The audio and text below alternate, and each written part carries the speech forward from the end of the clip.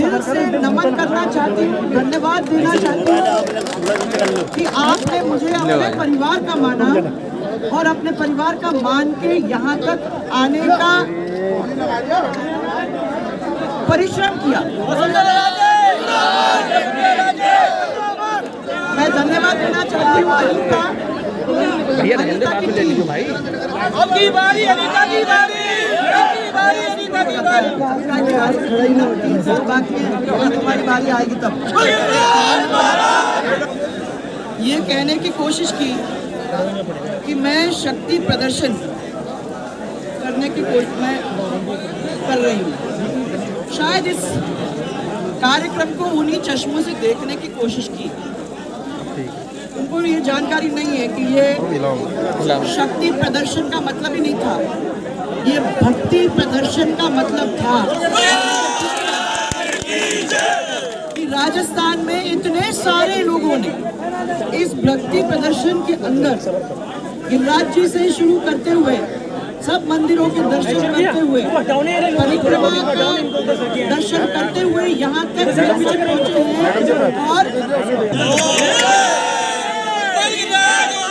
जोर से कहो, अपने विकास में छत्तीस का विकास और छत्तीस के विकास में अपना विकास। एक चीज और बता दूं कि 8 मार्च 1985 को उस समय भरतपुर संभाग हुआ करता था, धौलपुर डिस्ट्रिक्ट नहीं था। 85 में पहली दफा धौलपुर से मैं विधायक चुनी गई, वो भी 8 मार्च को, मेरी सालगिरह के दिन ही।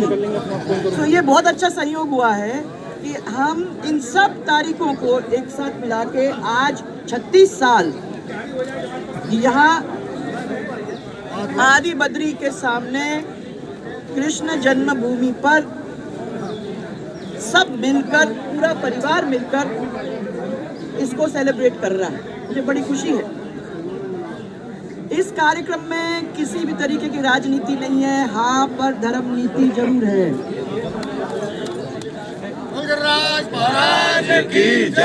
इस रास्ते पे बचपन से चलने की हमने कोशिश की है, क्योंकि राजमाता साहब यही हम लोगों को सिखाने की कोशिश करती थी। और मुझे याद है कि मैं पहली दफ़ा जब धौलपुर गई थी चुनाव लड़ने के लिए, तो उन्होंने कहा था कि राजनीति करना आसान है, परंतु सबको धर्म नीति के द्वारा जोड़ना, एक परिवार उनको बनाना और उनके काम को, उनके विकास को करना, ये आसान काम नहीं है। ये आपको कभी कभी लग सकता है कि मुश्किल है, परंतु अंत में ये सबसे अच्छी चीज होगी। पूरा परिवार इसका फायदा लेगा। और आज मैं समझती हूँ कि है, क्योंकि जो भी काम किए हम लोगों ने मिलके किए और उस काम का फायदा सबको मिला। चाहे वो पानी का था, चाहे वो रोड का था, चाहे वो बिजली का था, सबको फायदा मिला। मिला ना? तो राजमाता साहब ने ही प्रेरित किया कि ये धर्म नीति के रास्ते पे अपने को चलना है। और हमने कोशिश की कि सब लोग हमारे साथ इस राजस्थान प्रदेश में खुश रहें। और इसको ध्यान में रखते हुए हम लोगों ने करीबन 550 करोड़ रुपए 125 मंदिरों को उनका जीर्णोद्धार करना, उनका विकास करना, उसमें खर्च किया।